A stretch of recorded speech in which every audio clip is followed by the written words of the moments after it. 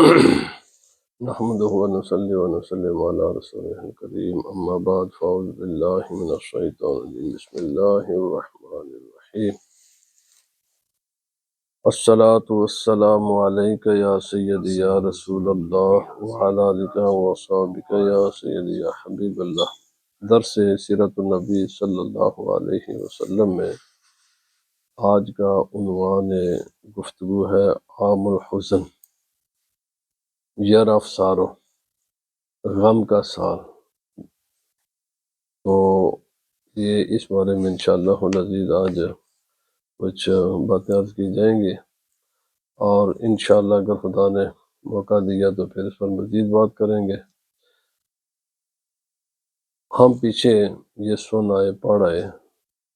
کہ جب رسول اللہ صلی اللہ علیہ وسلم نے اعلان نبوت فرمایا تو اس کے ساتھ ہی کفار کی طرف سے مخالفت اور تکلیف کا سلسلہ بھی شروع ہو گیا۔ اتنی تکلیفیں دی حتیٰ کہ انہوں نے ایک معاہدہ کر لیا کہ رسول اللہ صلی اللہ علیہ وسلم کے خاندان کے ساتھ سوشل بائیکاٹ کیا جائے گا، معاشرتی مقاطعہ۔ یہ بعض روایات کے مطابق 3 سال تک اور بعض کے مطابق 2 سال تک یہ سلسلہ جاری رہا، حتیٰ کہ یہ ختم ہوا۔ ایک بات میں یہاں پر ضمناً عرض کرتا چلا جاؤں، یاد رکھ لیں، ہم بھی یہ سوچتے ہیں کہ حالات شاید سازگار ہوں گے۔ حالات مومن کے نا کبھی بھی سازگار نہیں ہوتے، کبھی بھی۔ ایک پریشانی ختم ہوتی ہے تو انسان سمجھتا ہے شاید یہ میرے لیے آخری پریشانی ہے، وہ آخری نہیں ہوتی، دوسری پریشانی انسان اس کا سامنا کرتا ہے، اور ہر پریشانی کے بعد پھر مزید پریشانی آتی رہتی ہے۔ لہذا ان نامساعد اور ناگفتہ بے حالات سے پریشان ہو کر آدمی کو دین کی جو تبلیغ اور اپنے دین پر عمل اور دین کی خدمت کو چھوڑنا نہیں چاہیے کہ حالات سازگار ہوں گے تو پھر یہ کام کریں گے۔ بھائی نہ سازگار کبھی حالات سازگار ہوئے ہیں نہ کبھی ہوں گے۔ جب رسول اللہ صلی اللہ علیہ وسلم کے لیے حالات سازگار نہیں ہوئے تو ہمارے لیے کیسے ہوں گے؟ تو جب یہ ختم ہوا تو ابھی ختم ہوئے کوئی 1 مہینہ ہی گزرا تھا کہ رسول اللہ صلی اللہ علیہ وسلم کے جو بہت آپ کے ایک تو رشتہ بھی تھا اور دوسرا حمایت کرنے والے، اور چونکہ یہ قریش کے سردار بھی تھے، خانہ کعبہ کے متولی بھی تھے، اور عمر کے اعتبار سے سن رسیدہ بھی تھے، بزرگ تھے، اور ان کا ایک بڑا مقام، بڑی ایک عرب میں بڑی شان تھی ان کی۔ حضرت ابو طالب یہ بیمار ہو گئے،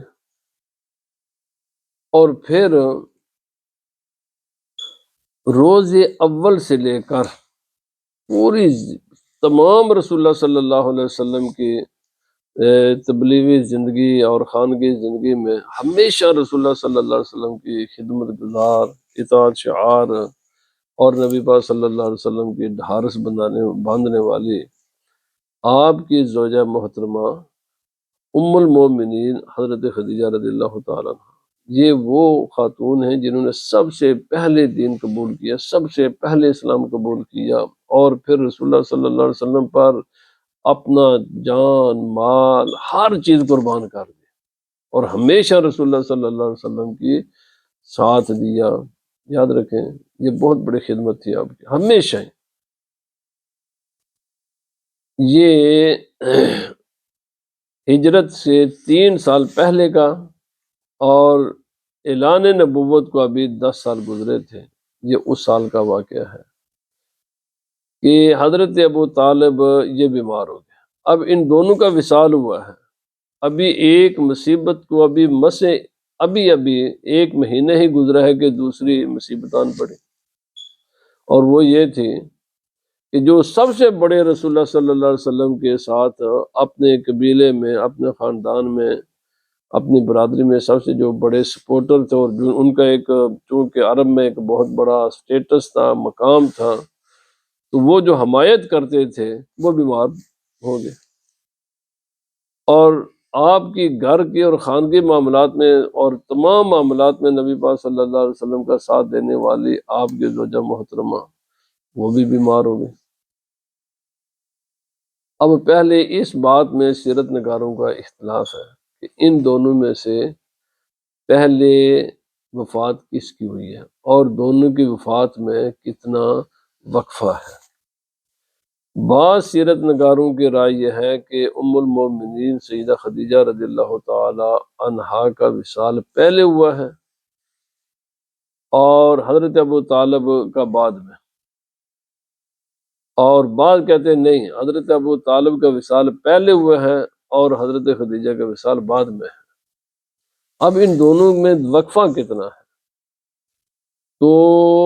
بعض کہتے ہیں 1 ہفتے کا وقفہ تھا، یعنی ہفتے کے اندر اندر یہ جو رسول اللہ صلی اللہ علیہ وسلم کے بہت بڑے حامی اور ہمیشہ نبی پاک صلی اللہ علیہ وسلم کا ساتھ دینے والے، یہ دونوں اللہ کو پیارے ہو گئے، دونوں ہی دنیا سے چلے گئے۔ اور بعض سیرت نگاروں کی تحقیق یہ ہے کہ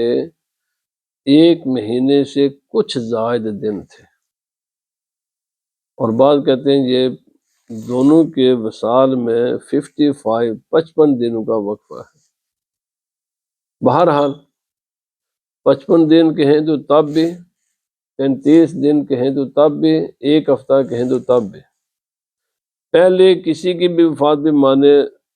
تب بھی، تمام صورتوں میں ایک بات کھل کر سامنے آتی ہے کہ یہ بہت بڑے صدمے کے واقعات ہیں جن کا سامنا رسول اللہ صلی اللہ علیہ وسلم نے فرمایا۔ اب صدمہ بالائے صدمہ یہ تھا کہ جب حضرت ابو طالب بیمار ہوئے تو قریش مکہ ان کو اس بات کا احساس ہو گیا کہ چونکہ یہ خانہ کعبہ کے متولی ہیں، عرب کے سردار ہیں، اور یہ بیمار ہو گئے ہیں، اور یہ نبی پاک صلی اللہ علیہ وسلم کے بہت بڑے سپورٹر اور حامی ہیں، تو محسوس ایسے ہوتا ہے کہ عمر کے اعتبار سے بھی اور بیماری کو بھی دیکھیں تو اس اعتبار سے بھی اب یہ زیادہ دیر دنیا میں نہیں رہیں گے، تو کیا ہی ہم کیوں نہ کوشش کریں کہ ابو طالب کے ہوتے ہوئے ہی ہم ایک مسئلہ اس کو حل کر لیں۔ آپ بیماری کا عالم تھا، تو یہ قریش مکہ جس میں ابو جہل، عتبہ بن ربیعہ، شیبہ بن ربیعہ اور بڑے بڑے جو مکہ کے دیگر سرکردہ لوگ تھے، یہ ابو طالب کے پاس گئے اور جا کر کہا کہ جناب آپ اپنی حالت سے بخوبی آگاہ ہیں، اور جو آپ کے بھتیجے نے جو سلسلہ شروع کیا ہوا ہے آپ اس سے بھی آگاہ ہیں، پہلے اس سے کہ آپ کا سایہ ہمارے سرزوں سے بھی اٹھ جائے اور ان کے وہاں سے بھی، تو ہم آپ کے پاس اس لیے آئے ہیں کہ آپ انہیں ہمارے ساتھ بٹھائیں، مذاکرات کرتے ہیں، کچھ دور کچھ لو، اس اصول پر کچھ باتیں ہم ان کی مان لیتے ہیں اور کچھ باتیں وہ ہماری مان لیں، اور ہم صلح صفائی کر لیتے ہیں، اور صلح صفائی کے ساتھ ہم رہنا چاہتے ہیں۔ اور چونکہ آپ بہت کمزور بھی تھے، تو اگر ایسا نہیں ہے تو پھر آپ خود ہی اندازہ لگا لیں کہ آپ یہ سارے مل کر ہمارا مقابلہ تو نہیں کر سکیں گے، آپ کی تو صحت اجازت نہیں دیتی کہ آپ ہمارا مقابلہ کر سکیں، وہ اکیلا آپ کا بھتیجا کیا کرے گا؟ تو حضرت ابو طالب نے کہا ٹھیک ہے، میں ان کو بلا لیتا ہوں۔ نبی پاک صلی اللہ علیہ وسلم کو بلایا۔ یاد رکھ لیں ایک بات، جتنے بھی منکر ہوتے ہیں نا، یہ سب کے سب بے ادب اور گستاخ بھی ہوتے ہیں، منکر بات آدمی بنتا ہی وہ ہے کہ جو بے ادب ہو، اور یہ ابھی بھی ہم دیکھتے ہیں، یہ جتنے لوگ ملحد، بے دین اور دین کے ساتھ غداری کرنے والے، اور یہ سارے کے سارے لوگ، ان کا آغاز بے ادبی سے ہوتا ہے۔ جس انسان کے دل میں ادب ہوگا، اللہ تعالیٰ اس کی حفاظت فرماتا ہے، اس کے ایمان کی، اور جب بے ادب ہوتا ہے تو پھر اللہ تعالیٰ اس کو اس کے حال پر چھوڑ دیتا ہے۔ جب یہ چونکہ ابو طالب کے پاس پہلے بیٹھے ہوئے تھے، اور رسول اللہ صلی اللہ علیہ وسلم کو بلایا گیا، تو نبی پاک صلی اللہ علیہ وسلم کو جب بلایا گیا تو نبی پاک صلی اللہ علیہ وسلم تشریف لے گئے۔ ہوا کیا دیکھیں، میں نے ابھی عرض کیا، سب سے زیادہ بدبخت دنیا کا وہ انسان ہوتا ہے کہ جس میں بے ادبی کا زہر ہو۔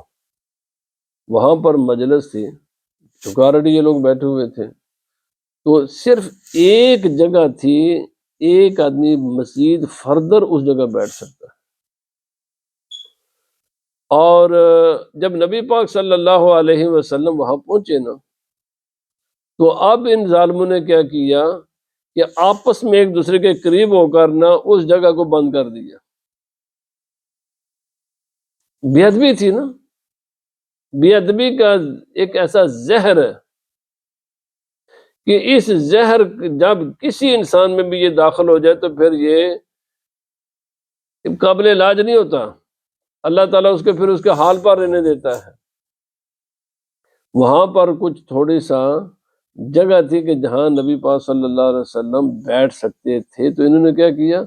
اس خلا کو پر کر لیا۔ جیسے دیکھا نا نبی پاک صلی اللہ علیہ وسلم آ رہے،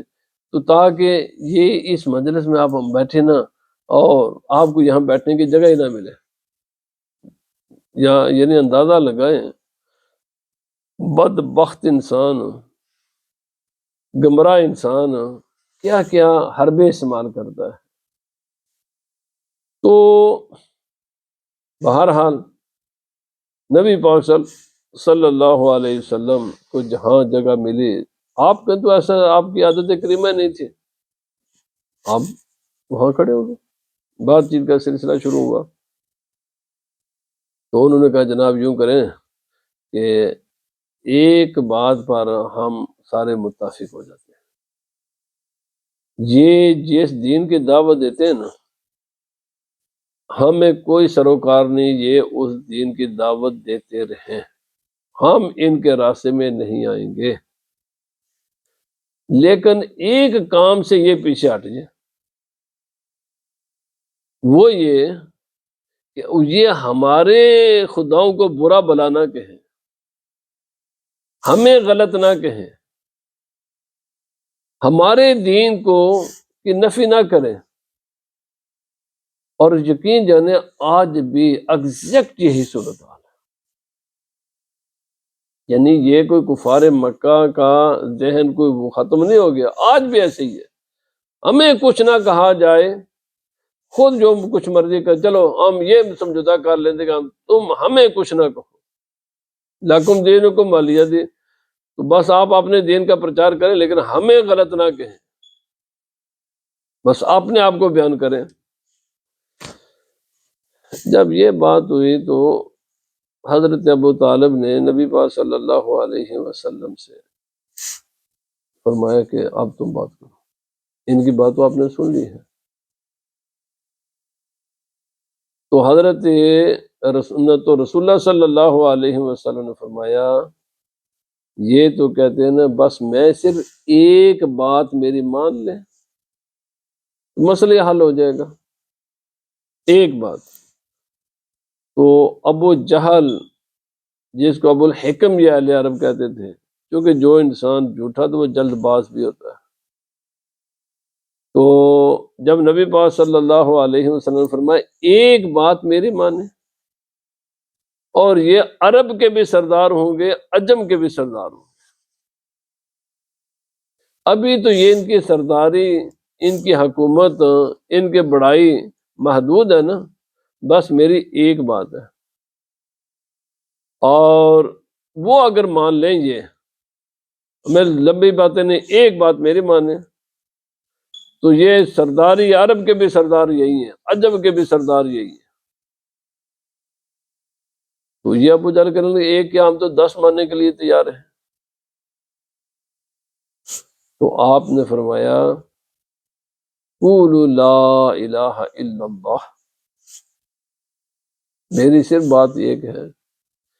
کہ اس بات کی گواہی دو کہ خدا کے سوا اور کوئی معبود نہیں ہے، وہ وحدہ لا شریک ہے، اس کا کوئی شریک نہیں ہے، بس اس بات کی گواہی دو۔ وہ کہنے لگے اچھا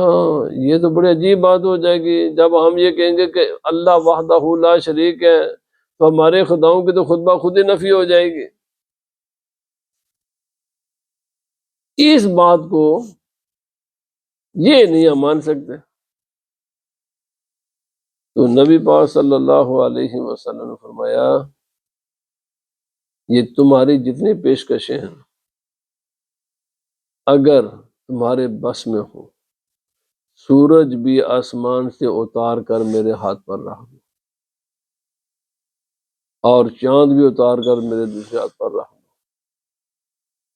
یہ ویسے تو تمہارے بس میں نہیں، اگر یہ بھی تمہارے بس میں ہو تو پھر بھی میں اس کلمے کے اظہار سے باز نہیں آؤں گا، کیونکہ میرے رب کا حکم ہے کہ تم نے اس کلمے کی تبلیغ کرنی ہے، بتانا ہے کہ اس کائنات کا خالق ایک ہے، مالک ایک ہے، کائنات کو چلانے والا ایک ہے، اور جو خالق وہ ایک، مالک ایک، مدبر ایک، عبادت کے لائق بھی وہی ہے۔ تو یہ یعنی پھر آگے کافی ہے۔ اب میرا عرض کرنے کا مقصد کہ یہ کفار نے جب یہ کیا تو انکار کر دیا، مسئلہ نہ حل ہو سکا، حل کیا ہوتا، جھوٹے تھے تو وہ اٹھ کر چلے گئے۔ تو نبی پاک صلی اللہ علیہ وسلم نے اپنے چچا سے کہا میرے چچا جس کلمے کی دعوت میں نے ان کو دی ہے نا اسی کلمے کی دعوت تجھے بھی ہے، اور تو بھی یہی کلمہ پڑھ لے تاکہ قیامت کے دن میری شفاعت کا مستحق بن سکے۔ تو اور اسی طرح کی گفتگو ہوئی۔ تو بہرحال اس بات میں تو آگے چل کر انشاءاللہ میں عرض کروں گا کہ حضرت ابو طالب ایمان لائے یا نہیں لائے، یہ ایک بعض انڈیکیشنز اور زیادہ ادھر یہ کہ آپ ایمان نہیں لائے، قرآن پاک کی آیات بھی اور صحیح احادیث بھی، اور امت کے بڑے گروہ کا جو تحقیق ہے وہ یہی ہے کہ آپ ایمان آپ نے قبول نہیں کیا، لیکن کچھ انڈیکیشنز، کچھ ایسی روایات بھی ہیں جو دلالت کرتے ہیں کہ آپ ایمان لائے۔ لہذا اہل سنت و جماعت کا جو محتاط مذہب ہے وہ یہی ہے کہ آپ کے بارے میں زیادہ بات چیت نہ کی جائے،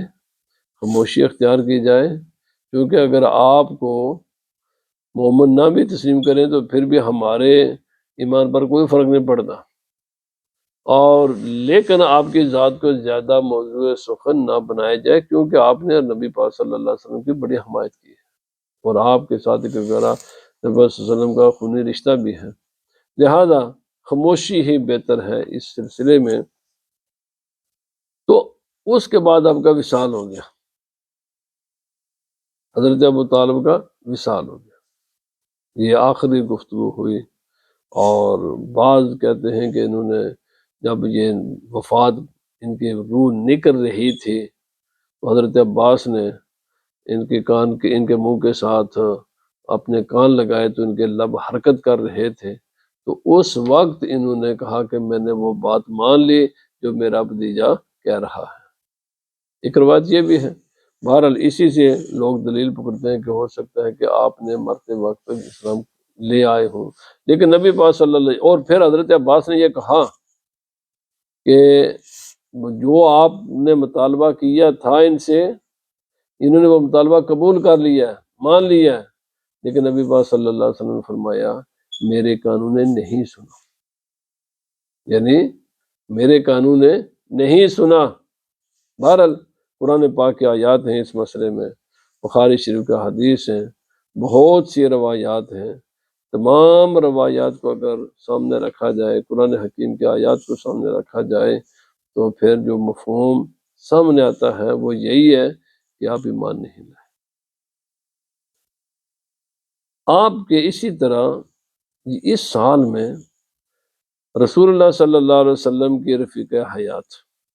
جن کی سنگت، جو رسول صلی اللہ علیہ وسلم کی زوجیت میں رہی 25 سال تک، ان کا بھی وصال ہوا۔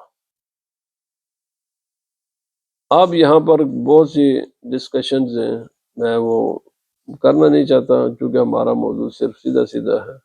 اگر ضرورت پڑی تو کریں گے کہ حضرت یعنی ابو طالب کا جنازہ نہیں ہوا، اور نہ ہی حضرت خدیجہ رضی اللہ تعالیٰ عنہ کا جنازہ پڑھا گیا، تو ابو طالب کا جنازہ کیوں نہیں پڑھا گیا؟ اور نہ ہی تو بائی بات یہ تھی کہ اس وقت ابھی جنازہ کا حکم نازل ہی نہیں ہوا، نہ حضرت خدیجہ کا جنازہ جیسے آج ہم نماز جنازہ پڑھتے ہیں اس طرح پڑھا گیا، اور نہ ہی ابو طالب، چونکہ ان کا تو ویسے ایمان کا مسئلہ ہے، وہ تو ایک مختلف ہی مسئلہ ہے، لیکن حضرت خدیجہ رضی اللہ تعالی عنہا کا تو ایمان کا مسئلہ مختلف ہی نہیں ہے، وہ تو اول المومن مسلمین ہے، اول المومنین میں سے ہے، سابق الایمان اور سابق الاسلام ہے۔ آپ نے تو سب سے پہلے نبی پاک صلی اللہ علیہ وسلم کا کلمہ پڑھا ہے، آپ مومنہ، بلکہ جنت کی عورتوں کے سردار، اور حضرت سیدہ فاطمہ کی والدہ موجدہ، رسول اللہ صلی اللہ علیہ وسلم کی رفیقہ حیات، افضل النساء، اتنی عظمت و شان والی، تو پھر آپ کا جنازہ کیوں نہیں؟ بھائی اس کا آپ کا جنازہ اس لیے کہ مکہ معظمہ کی ساری زمان نبوت میں نماز جنازہ کا حکم نازل ہی نہیں ہوا تھا، نماز جنازہ پڑھنے کا حکم نازل ہوا ہے مدینہ طیبہ میں۔ دوبارہ یہ دو اب میں عرض کروں گا انشاءاللہ ان درس میں کہ رسول اللہ صلی اللہ علیہ وسلم نے ان دونوں کے وفات کو غم کا سال قرار دیا، عام الحزن۔ تو رسول اللہ صلی اللہ علیہ وسلم نے ان دونوں کے وفات کو عام الحزن کا سال کیوں قرار دیا تھا؟ اس کی حکمت کیا تھی؟ اور اس کی کیا وہ کوئی طبعی محبت تھی یا اس کا سبب دین اور اللہ کی محبت تھی؟ تو انشاءاللہ العزیز اس بات پر انشاءاللہ آئندہ درس میں بات کریں گے۔ بہرحال یہ بہت بڑا صدمہ، بہت بڑا یہ سیٹ بیک تھا کہ جو نبی پاک صلی اللہ علیہ وسلم نے پھر اس سال کو، پورے سال کو غم کا سال قرار دیا۔ تو اس کی حکمت کیا تھی؟ کیوں ان دونوں ہستیوں کو اللہ تعالیٰ نے اٹھا دیا، اور کیوں رسول اللہ صلی اللہ علیہ وسلم نے ان کے وفات کو غم کا سال قرار دیا؟ انشاءاللہ ان درس میں بیان کریں گے۔ وما علینا الا البلاغ۔